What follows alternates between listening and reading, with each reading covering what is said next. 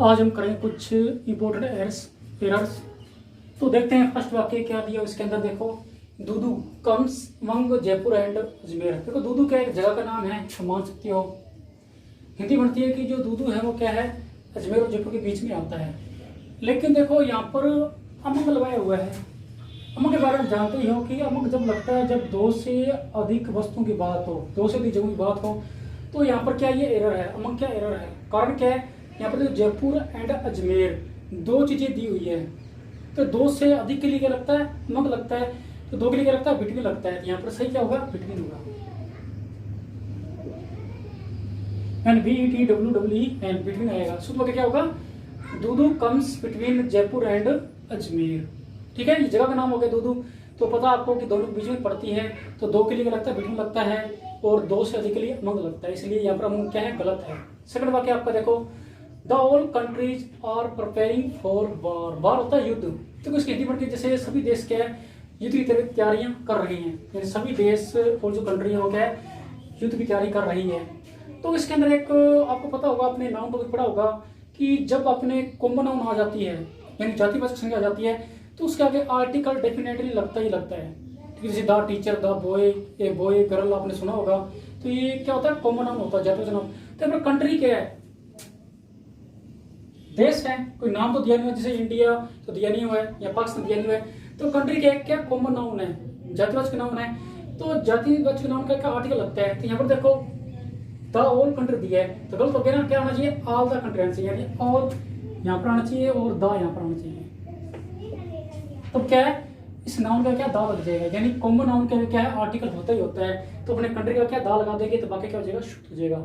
यानी शुद्ध वाक्य कैसे होगा, all the countries are preparing for war. ठीक है, यानी कहने का मतलब है कि जहां पर कॉमन नाउन आ जाए उसके आगे आर्टिकल लगाना क्या जरूरी होता है, और प्रॉपर नाउन के आगे कोई आर्टिकल नहीं लगता है। आगे देखो, अगली लाइन है, every boy must bring the book. भी हिंदी बढ़ती है, प्रत्येक लड़के के पास क्या पुस्तक होनी चाहिए। देखो मस्ट दे दिया तो जरूर होनी चाहिए, क्योंकि पुस्तक बिना तो काम नहीं चलेगा।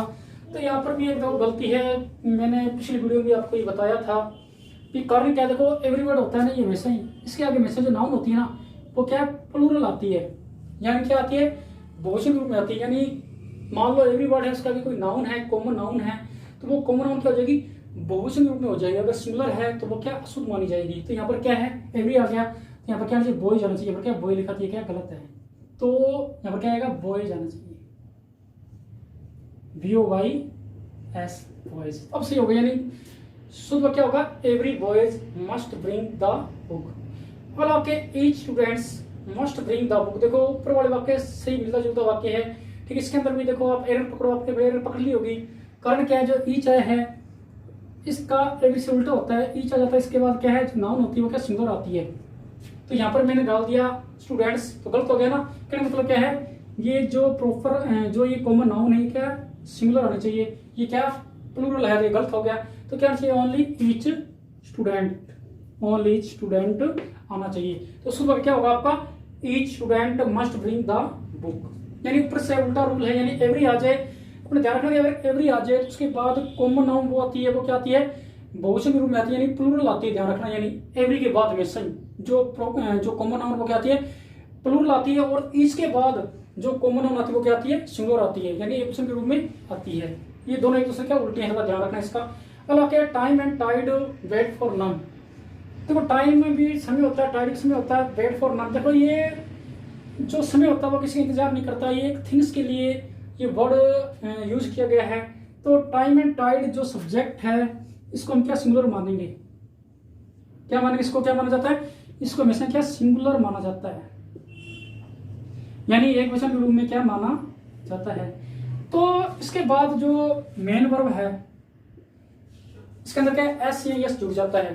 अगर सब्जेक्ट सिंगुलर होगा तो मेन वर्ब में एस यस जुड़ सकता है, पता ही आपको। तो यहाँ पर क्या आएगा, वेट्स आना चाहिए, तब ये क्या सही होगा, क्योंकि टेंस कौन सा बन गया, प्रेजेंट इंडेफिनिट बन गया। और प्रेजेंट इंडेफिनिट रूल होता है कि अगर सब्जेक्ट सिंगुलर हो तो मेन वर्ब में एस यस जुड़ता है सिंपल वाक्य के लिए। तो टाइम एंड टाइड क्या है, एक मुहावरा टाइप है। अगर ऐसी मुहावरा टाइप कंडीशन आती है या अपने एक ही थिंग्स के बारे में बात करते हैं तो उस सब्जेक्ट को अपने क्या सिंगुलर मानते हैं। ठीक है, ये अपवाद होते हैं, थोड़े से सुधर दिमाग रखना। यानी कोई मुहावरा टाइप आ जाए या कोई मान लो एक ही थिंग्स के बारे में बात हो तो सब्जेक्ट को अपने क्या है, सिंगुलर माना जाता है। तो शुद्ध वाक्य होगा आपका time and tide waits for none. अगला वाक्य भी इससे मिलता जुलता है, bread and water is a common breakfast. ठीक है, bread and water is a common breakfast, यानी दोनों चीजें क्या है, एक ब्रेकफास्ट यानी सुबह के नाश्ते के बारे में यानी बात हो रही है। दोनों चीजें दो लेकिन क्या एक थिंग से बारे में बातचीत हो रही है, इसलिए अपने ब्रेड एंड वाटर जो सब्जेक्ट्स को भी सिंगुलर मानेंगे। ठीक है, अपने इसको क्या बहुवचन में नहीं ले सकते। तो यहाँ पर इच दिया हुआ है, तो ये क्या बिल्कुल क्या है, सही दिया हुआ है। ठीक है, यहाँ पर क्या आर नहीं आएगा, ध्यान रखना, ये इसको हमने सिंगुलर मानेंगे।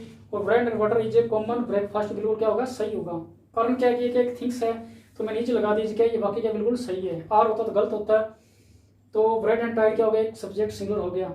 अगला वाक्य meet me at 22 of June, कि आप मुझे क्या है 22 जून को मिलना, जून की 22 तारीख को मिलना। तो इसके अंदर भी एक गलती दी हुई है, यहाँ पर 8 आ गया। देखो 8 बताओ वो टाइम को बताता है, जैसे 8-9 PM 8-9 AM। ठीक है, तो अगर मान लो तारीख आ जाती है, ठीक है, 22 आ गई 23 आ गई, तो उसके आगे हमेशा क्या ऑन लगता है, 8 ही लगता है। ध्यान रखना आप, क्या लगता है, ऑन लगता है, ON यानी ऑन लगता है।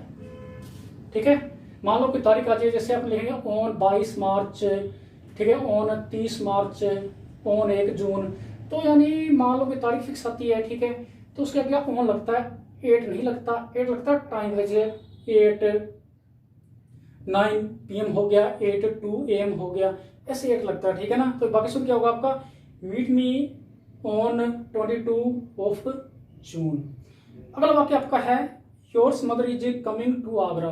देखो हिंदी में ऐसा लग रहा है कि हिंदी से इसी बन चाहिए कि उसकी माता जी क्या है वो आगरा से आ रही है। देखो ये मैंने टू लगा दिया। देखो टू तो जाने के लिए लगता है ना, हमेशा पता होगा आपको, जाने के लिए क्या लगता है, यानी जाने के लिए क्या लगता है,